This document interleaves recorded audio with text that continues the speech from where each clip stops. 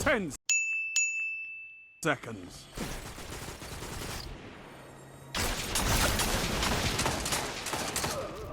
You're the last Guardian standing. Fight. Enemy team is out of lives. Topple them. Tiebreaker active. You have one last shot at survival. So I bet a lot of you are wondering what exactly that opening clip was showing, and what even is the point of showing it. Well, to put it simply, in the competitive survival game mode, lives are being subtracted improperly. This seems to only occur when two things happen at the same time. This first requirement is more than one person dying in quick succession, which in a game with many forms of splash damage and damage buffs can happen quite frequently. And the second is when there is one more life for the game to take away.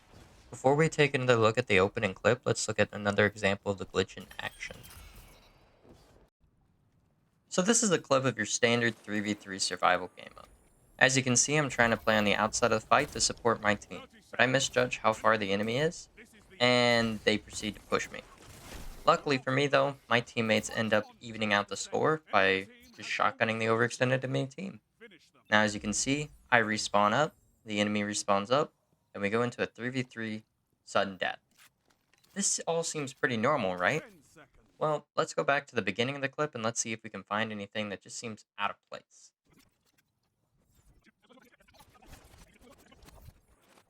Anything seem out of place here to you? Let me try to help you. Both teams only have one life. So instead of focusing on how bad I am at landing my shots in this next fight here, I want you to focus on how many people come up even though there's only one respawn on each team. We all know what happens next. I die, eating up our last life, bringing our total down to 0 lives. This is acting how it should be, and everything is all good. But whenever the enemy team dies, they all come back even though there was only one life for them to use. If everything worked as it was supposed to, only one of them should have came back to life, not all three of them. If we go back and look at exactly what is happening here, the math just isn't adding up. Maybe the opening clip is the answer to this mystery that we're trying to find out. Once again, the enemy team only has one life left, with very little time left on the clock. A big difference here, though, is that we have no lives left to use. And with such little time left on the clock, we both have to push through the door together. I make a mistake and leave him in a nasty spot. Luckily for me, though, he trades out and sets me up to play janitor to his kill. I then get to turn around and shotgun trick the last guy, taking out the whole team just as the round comes to an end.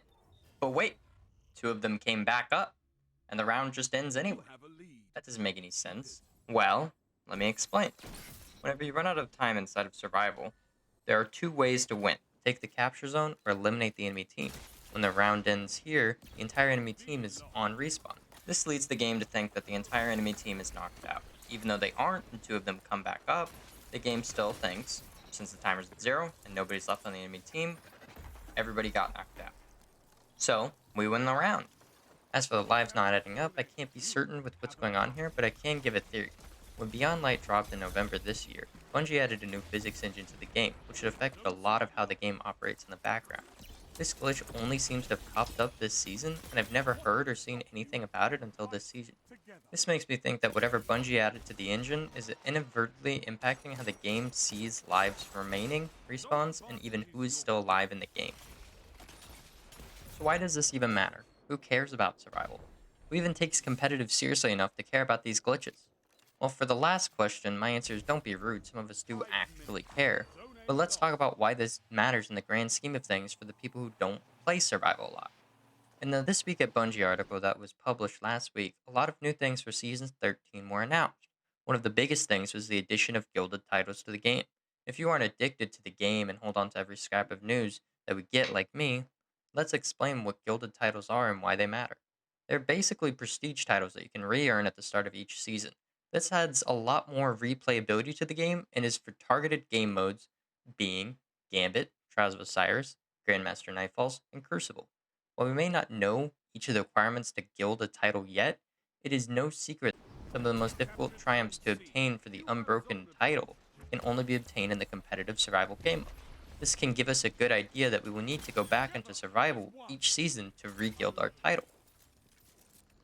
Now I can already hear some of you saying, I don't even play PvP, I only do PvE content, so this minor of a thing doesn't even affect a player like me.